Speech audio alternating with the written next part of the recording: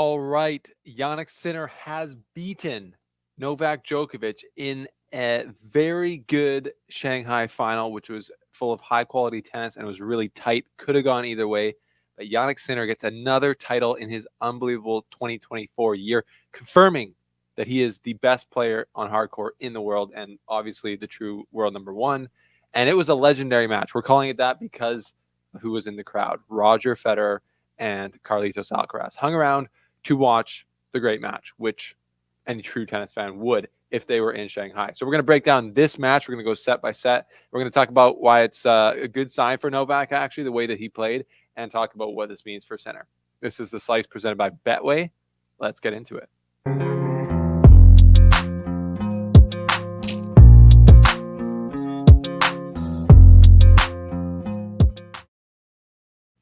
Okay, so that was a great match. Sinner, Djokovic, the two hard court surgeons, opposite ends of the age spectrum. They've been here before. They've played many times. Sinner, though, steps up in this match and gets the edge, gets the win in a very tight match. Like I said, that was really high quality. So great stuff. If you're new here, hello. Welcome to The Slice. I'm Stephen Boughton. I'm the host and founder of The Slice. And you can help us by subscribing to get us to 20,000 subscribers. And that's our goal by the end of the year. I think we can do it. You're at the place for all the tennis news, analysis, and breakdowns and interviews. So thanks for being here. The Slice is presented by Betway. So if you're going to bet and you're going to bet responsibly, do it on Betway. Shout out to our friends who support the show big time.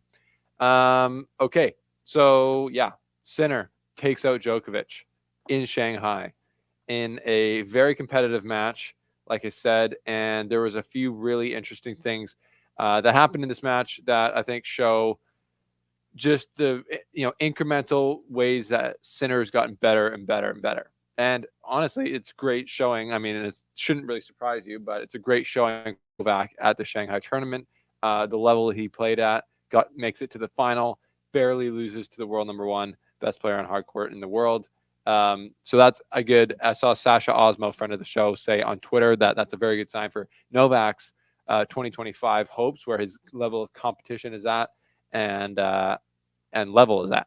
So yeah, there's that. So let's break this match. But first, before we get into it, how cool was it to see Federer and Carlos and Juan Carlos Ferrero sitting behind actually the player boxes of Sinner and Djokovic watching the tennis? It's still weird to not see Federer playing to me, but legendary to see him there. And also funny that I know there's two guys in Sinner's box who used to be with Djokovic, and the boxes were sitting pretty close to each other. Mario Piccini, I believe is his name, is the trainer, and Uli I'm forgetting his phone, Badios Ulias or something. I just know him from Instagram. Uli Physio is now with Sinner as the physio, and so that was a bit funny. So yeah, huge stakes match, Shanghai final, Djokovic Sinner. Legends are there watching, lots of pressure, right? I think, even though it's Shanghai, it's after the US Open, it's not a major. It is a Masters 1000, but there's pride on the line here. There's Federer watching, Alcaraz, everyone's watching there, and these kind of teams have these players or members that have gone between them. I think that would add a little bit to the pressure. And to me, it's not really that surprising at this point, but the way that Sinner was able to handle the pressure and come up with the better tennis in the biggest moments is massive. And it shows that he's above that pressure threshold when it comes to playing Djokovic. I think only him and Alcaraz are, where they don't let the moment beat them, or they don't beat themselves in the big moments against Djokovic, which everyone else on tour does. And they did for a while before they figured him out. Not figured him out, but figured out that part of the game. Obviously, Djokovic can still beat both of them and has. But my point is, they're not so in awe of his greatness and his record that they can't find their best game. And Sinner found pretty close to his best game today, and he needed it because Djokovic also found a very high level. So let's look at the stats here from the match. It was an hour and a half match. It was two sets, 7-6, 6-3. Only one break in the second set. Very tight first set. So if we just look at the whole match here, stats, let's go by it. They had Sinner's on the left. They had Sinner at a higher service rating. He had 8 aces, 0 double faults. There's no double faults in the match.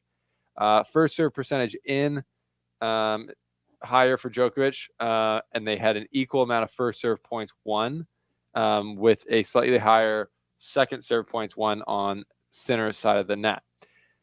So that's pretty tight, obviously, right there. Only break points in the match, 2 break points on Djokovic serve in one game, and he saved one, and then he got broken on the other. This is in the third set or second set, and that was all Sinner needed to win. If you look at points, you go net points. I think this is a big point. Sinner only came forward 6 times. He won 5 of those points. Djokovic came forward 11 times and only won 5 of those points. So 45% would be well below his career average. And this is interesting as well. 22 winners to 23 unforced errors for Sinner, but 12 winners to 23 unforced errors for Djokovic. So probably not his best match as far as the cleanliness, but a lot of those unforced errors, it's a subjective stat. Like a lot of those unforced errors are him feeling like he has to go for stuff because of who he's playing and the way that Sinner was playing from the baseline. So yeah. But this gets more interesting when you break it down set by set. So first set, first serve in was pretty much the same. First serve points, 1 was higher by Sinner. Second point serve points was much higher by Djokovic.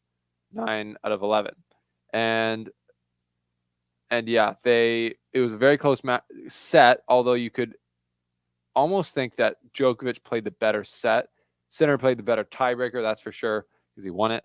And it was actually an incredibly high level of a tiebreaker. But total points won, Djokovic won more points by 1. And it seemed, neither of them were really close to getting broken. I do believe actually at 5-4 or 4-3, near the end of this first set, Djokovic actually had a love 30 look at Sinner's serve and wasn't able to.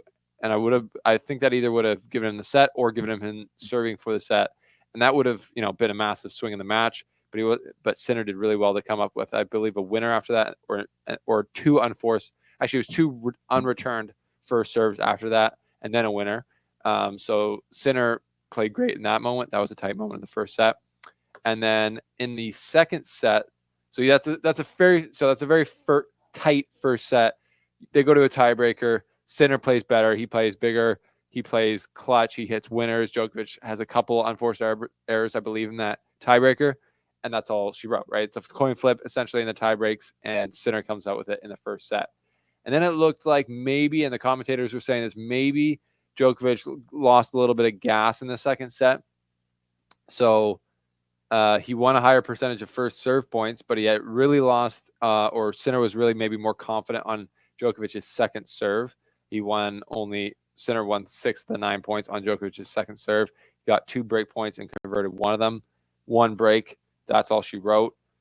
Net points won is super interesting here. Sinner wins both of his, and Djokovic came forward 3 times, didn't win a single one, and they were all kind of important. And a couple of those, I felt like they were a little forced, like Djokovic coming forward, a serve and volley, I believe, once or twice, and then coming in. He has to be aggressive, I think, against Sinner, but like setting up, giving Sinner passing shots on a hard court, like that's just so, you have to come in behind such a quality ball.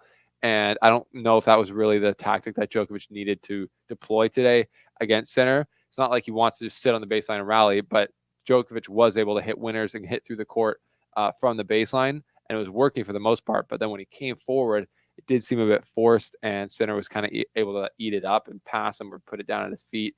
He also had, Djokovic did have one like brutal, I think that was in the first set tiebreaker actually, volley error that was just uncharacteristic. So that was an interesting part of the match. Maybe he was coming forward because he was a little bit gassed, but it didn't work out. And Sinner felt comfortable doing that. So, yeah, Sinner gets the break, holds on, and just plays very cool, calm, and collected for that whole second set. The whole match, really, muted celebration. It's just like he's in an unbelievable, confident role. He wins he wins Cincinnati. He wins the U.S. Open. He loses in Beijing to Alcaraz, which is an interesting anecdote. Then he wins, though, in Shanghai, beating Djokovic, beating Medvedev, showing that he is the guy to beat on hard courts right now. Like, that's for sure. So there's lots of birds chirping. There's the people who don't believe the judges and the investigation and the arbitration that Sinner's, they think he's a doper, so these shouldn't count, blah, blah, blah. I think that's trash. I don't think that's true at all. WADA has appealed it, so they're going to look into it, and they're going to look at all the same things as Sinner said and probably come to the same conclusion, or they're not. And then, our sport will just be thrown into a chaos of being tainted, in my opinion, not from the contaminations, but from all these random boards of authorities making judgments on the sport. There needs to be centralization in that, I believe. So there's a bit of that hanging over some of it hanging over Sinner right now, obviously with the WADA investigation going on. But in general, he's just in his winning era. He's won, I believe, I tweeted it out. He won the Australian Open. He won. He won Rotterdam, Miami, Halle, Cincinnati, U.S. Open, Shanghai. 2 majors, 3 Masters 1000s in 2024. Unbelievable. Absolutely the number 1 player in the world. And kind of having one of those big 3 era years, if you really think about it. Craziness from him. So, yeah, it's going to be crazy for the next 10 years. You just now, even before the U.S. Open, you're like, okay, if Alcaraz wins the U.S. Open or Djokovic does, it's really Djokovic and Alcaraz still. Even though Sinner's number 1, it's but now the Sinner's won his second major. He's a multiple major champion. He's been number 1 for a long time this year, and he's going to end the year as number 1. Yeah, he's going to be a top dog for a long time. And to me, it's going to go back and forth between him and Alcaraz, which will be great, which will be awesome for tennis fans. Djokovic, on the other hand, this guy, runner-up this week. But if you're a Novak fan, you have to be thinking that is a encouraging tournament for your guy, because he's not getting any younger, and he was able to just go through this tournament, make it to the final, and very closely challenge the best player in the world, playing good tennis, playing great baseline tennis today. Like I said, he was able to hit through the court, hit winners both wings, changing direction like he's always done, but just unbelievably well. So he's going to continue to be able to beat 98% of the tour regularly, and then it's going to be a real challenge for him to beat Sinner, Alcaraz, and Medvedev going into 2025. But those odds are pretty good, and he feels like he's still got that competitiveness there. He's still got that drive to win more titles, get further ahead in all the records that he holds. So that's super encouraging. If you're a Novak fan, I think Shanghai was a great outing for him. So now what'll happen is they go to the 6 kings are going to Saudi Arabia to play their exhibition, and then the tour goes back to Europe. There's Paris, there's Switzerland, Basel. There's all these tournaments that I was in at last or 2 years ago, heading up to the ATP finals. So yeah, exciting level of tennis coming to round out the season. We got about a month left, and I'm looking forward to it. But that was a great match today from Sinner. Congrats to Sinner and his fans. Awesome to be seeing them in front of Federer and Alcaraz. That was very cool. And yeah, just a great final for tennis fans to have enjoyed. That is the slice. That's why it matters. Leave your thoughts down below. And as always, thanks for being here. Make sure you subscribe. But we'll see you next time here on the show.